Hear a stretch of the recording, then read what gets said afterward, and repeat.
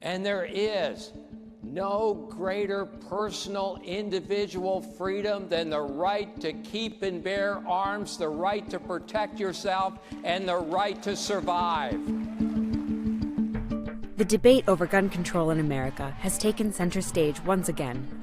The National Rifle Association, or NRA, has come under fire for its continued lobbying against gun regulations, even in the face of increasing mass shootings. At the heart of the fight is the often debated but little understood Second Amendment.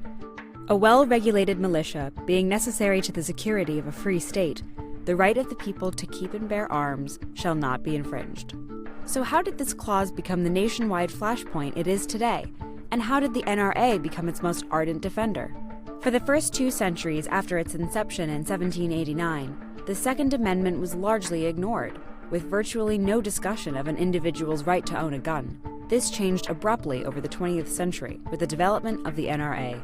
The NRA was founded in 1871 after the Civil War to fund training programs and promote firearm safety. But around the mid-1900s, its mission began to shift. In 1968, after the assassinations of John F. Kennedy, Martin Luther King, and Malcolm X, Congress passed major regulations for gun ownership and sales. In response, a growing faction of the NRA was suddenly spurred into action. In 1977, a group of pro-gun hardliners staged a coup at the NRA convention during the so-called Revolt at Cincinnati. They wrestled away control from the old NRA leadership and shifted the group's focus to defending an individualistic interpretation of the Second Amendment. Thus began a new era for the NRA and its political involvement.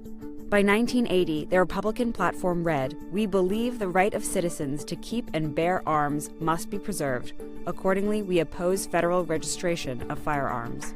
But the NRA's new fight against all gun regulations even had some detractors on the right.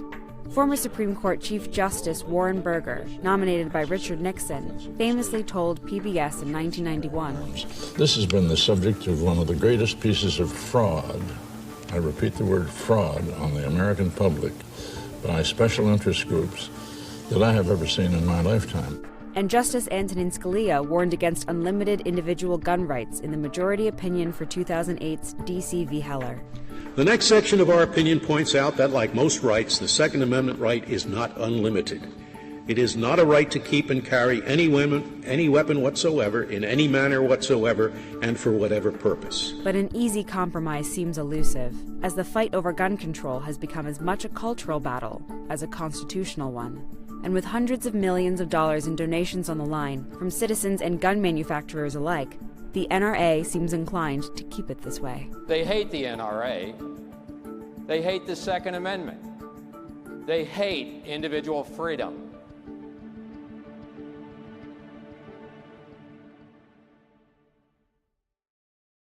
Hey, NBC News viewers, thanks for checking out our YouTube channel. Subscribe by clicking on that button down here and click on any of the videos over here to watch the latest interviews, show highlights, and digital exclusives. Thanks for watching.